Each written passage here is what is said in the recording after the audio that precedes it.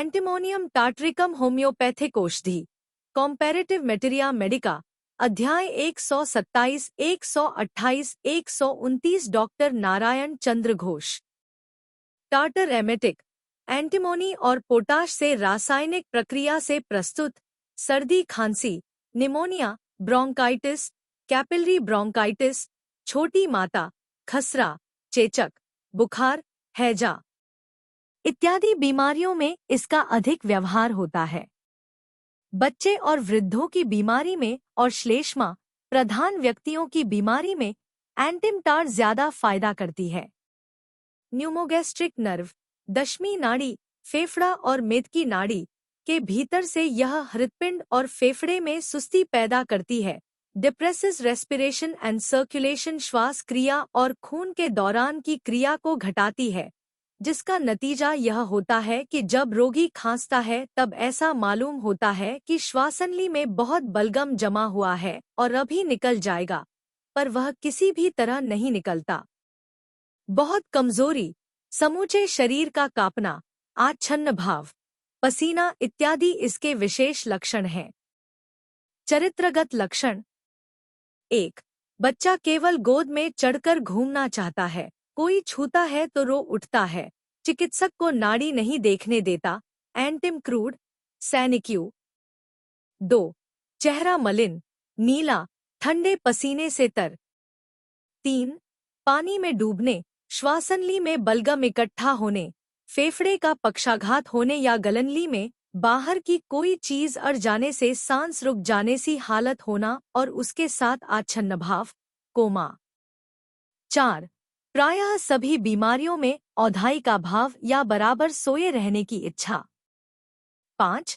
श्वासनली की किसी बीमारी में गला घड़घड़ करना। 6.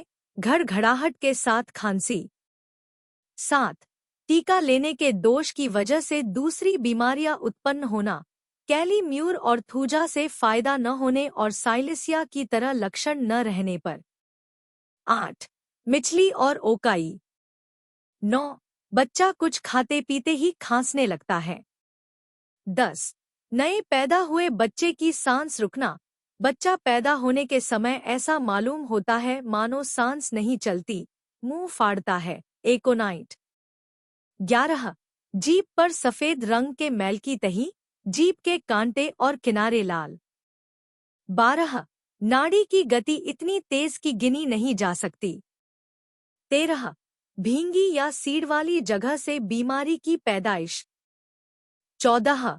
श्वासयंत्र की किसी बीमारी में बहुत अधिक श्लेष्मा निकलना, ताप का घट जाना, क्षीण नाड़ी, मिचली, ठंडा पसीना इत्यादि। सर्दी, खांसी, पानी की तरह कच्ची या सूखी सर्दी में इसका कभी प्रयोग नहीं होता। जहां यह देखें कि छाती में सर्दी बैठकर गला घड़घड़ करता है, खांसने के समय ऐसा मालूम हो कि जैसे गले में बलगम का ढेला अड़ा हुआ है, रोगी चेष्टा करने पर भी उसे निकालकर थूक नहीं सकता, रात में खांसी बहुत बढ़ जाती है, मालूम होता है कि जैसे दम रुक जाएगा, खांसी की धमक से क्या हो जाती है, वहाँ निमोनिया हो या ब्रोंकाइटिस अथवा दमा या और कोई भी बीमारी क्यों न हो, उसमें एंटिमटार्ट लाभदायक है। इसका एक प्रधान लक्षण और भी है, रोगी हमेशा तंद्रा में और बेहोश सा रहता है, छटपटी जरा भी नहीं रहती। एंटिम में नाड़ी की गति बहुत तेज रहती है, यहाँ तक कि गिनती भी नहीं की जा सकती। कफ प्रकृति वाले की पुरानी सर्दी खांसी में गला घड़घड़ाने के साथ सहज में ही बहुत ज्यादा बलगम निकलता हो तो एंटिमटार्ट लाभदायक है। बच्चों का कैपिलरी ब्रोंकाइटिस ऑफ चिल्ड्रन, ऐसी अवस्था में जबकि बच्चे की छाती में बहुत सर्दी बैठी हुई है, छाती और गले के भीतर साय घड़घड़ शब्द होता है और बच्चा बहुत देर तक खांसता खांसता बलगम निकाल न सकने के कारण सुन्न और बेहोश सा हो जाता है। एंटिम की निम्न शक्ति 2x और 3x बार बार, अर्थात जब तक खांसी न बढ़ जाए तब तक प्रयोग करते रहें।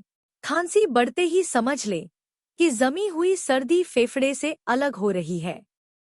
खांसी दफों में कम होना बहुत खराब लक्षण है। एंटिमटार्ट का मानसिक लक्षण है, बच्चा हमेशा गोद में टहलना चाहता है।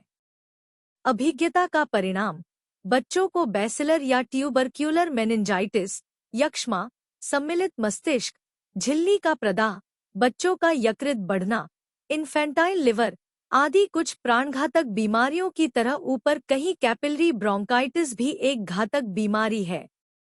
इस बीमारी में अनेक चिकित्सकों के हाथों से बहुत से बच्चे मारे जाते हैं।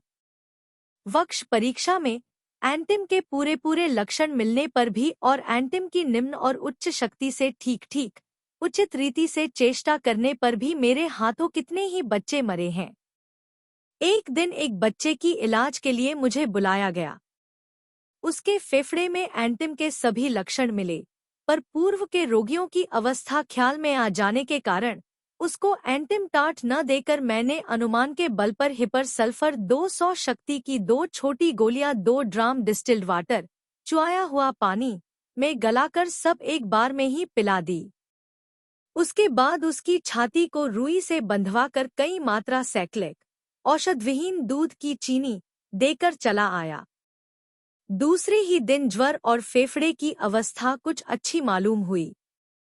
ज्यादा फायदा न होने के कारण 4 दिन बाद उक्त ढंग से हिपर की और 1 मात्रा देकर दवा बंद कर दी। बच्चा धीरे धीरे 2 सप्ताह में बिल्कुल आरोग्य हो गया। उसके बाद से इस बीमारी में हिपर सल्फर से अब तक मैं कई लड़कों की जान बचा सका हूँ। रुग्ण बच्चे को खाने के लिए आध पाव गर्म पानी में 1 तोला ताल मिश्री डालकर उस पानी को हर बार कुछ गर्म करके थोड़ा थोड़ा पिलाना चाहिए और छेने का पानी, विदाना का रस दिन में 3 से 4 बार 30 से 40 बूंद की मात्रा में शहद, पेट की गड़बड़ी न रहने से गर्म दूध और स्तन का दूध, बच्चा बहुत कम जोर रहने पर रेक्टिफायर्ड स्पिरिट 10 से 15 बूंद थोड़े पानी के साथ दिन में 3 से 4 बार देना चाहिए। एमोन कार्ब 30 शक्ति भी इसकी बढ़िया दवा है। इसमें छाती में पुराना घी गर्म कर मालिश कर सकते हैं। निमोनिया इस रोग में फेफड़े में कफ सोखने की शक्ति बढ़ाने के लिए यह बेजोड़ दवा है। ऊपर सर्दी खांसी के लक्षण सब बताए जा चुके हैं। एंटिम टाट दाहिनी ओर के निमोनिया में ज्यादा फायदा करती है। बहुत ज्यादा बुखार के साथ छाती में दबाव मालूम होना और सुई गड़ने जैसा दर्द और दाहिनी ओर के फेफड़े में रोग का आक्रमण अधिक हो तो एंटिम टाट से विशेष लाभ होता है। वक्षस्थल की परीक्षा करने पर यदि श्वास प्रश्वास का मरमर, हवा आने जाने की आवाज न सुनाई दे, सांस में खिंचाव और कष्ट हो, रोगी को हर वक्त औघाई आती रहे, बहुत कमजोरी होती, पहले ही सल्फर 30 1 मात्रा दें। उससे फायदा न हो तो एंटिम टाट की 2 से 4 मात्रा प्रयोग करें। एंटिम में रोगी का चेहरा रक्तहीन और उतरा रहता है।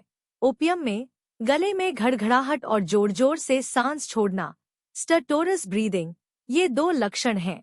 इसमें रोगी का चेहरा लाल दिखाई देता है। निमोनिया की तीसरी अवस्था में in the stage of रेसोलूटायन Antim टाट या एंटिम आर्स लाभदायक है। इसके प्रयोग से रोगी बहुत जल्द आरोग्य की ओर बढ़ने लगता है। अगर 1 घड़घड़शुदा ढीली खामी, लूज कॉफ, 2 स्वाभाविक ताप का घटना, लोअर टेम्परेचर, 3 नाड़ी की तेज गति, इंक्रीज्ड पल्स, 4 श्वास कष्ट, डिस्पना, 5 ठंडा पसीना, कोल्ड पर्स्पिरेशन, 6 बहुत कमजोरी, प्रोस्ट्रेशन, ये 6 लक्षण किसी रोगी में दिखाई दे तो पहले एंटिम टाट को याद करना चाहिए। एंटिम की उच्च शक्ति से लाभ न हो तो निम्न शक्ति 2x की 1 या 2 ग्रेन की मात्रा देने से बहुत जल्द लाभ होगा। Subscribe please.